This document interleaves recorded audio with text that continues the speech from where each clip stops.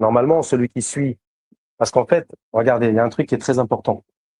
Normalement, quelqu'un qui se dit l'islam, s'il est appliqué tel qu'il devrait être appliqué au temps du prophète, alayhi salam, est-ce qu'on a besoin de remettre la justice et l'équité alors que l'islam est censé garantir déjà ça?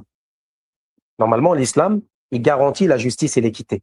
Comment se fait-il qu'à l'ère et à une époque où l'islam, il est très très répandu sur terre et il y a de plus en plus de conversions, nous n'arrivons toujours pas à l'effet escompté? Quelle est la raison pour laquelle l'islam est sur terre, si ce n'est pas pour mettre la justice et l'équité?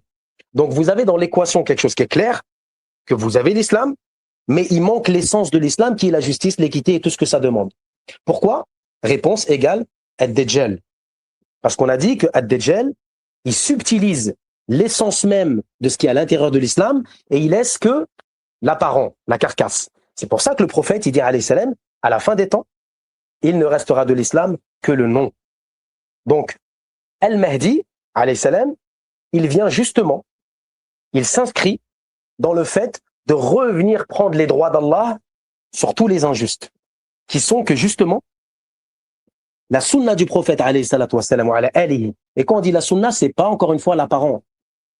C'est la profondeur de ce que le prophète, il a apporté, alayhi salam, en dehors de la révélation qu'il a eue dans la grotte avec Jibril. C'est-à-dire l'équivalent du Coran, symbolisé dans un homme, pour nous montrer comment appliquer ce Coran.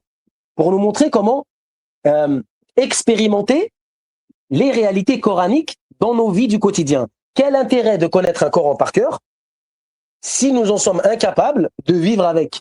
Allah, il dit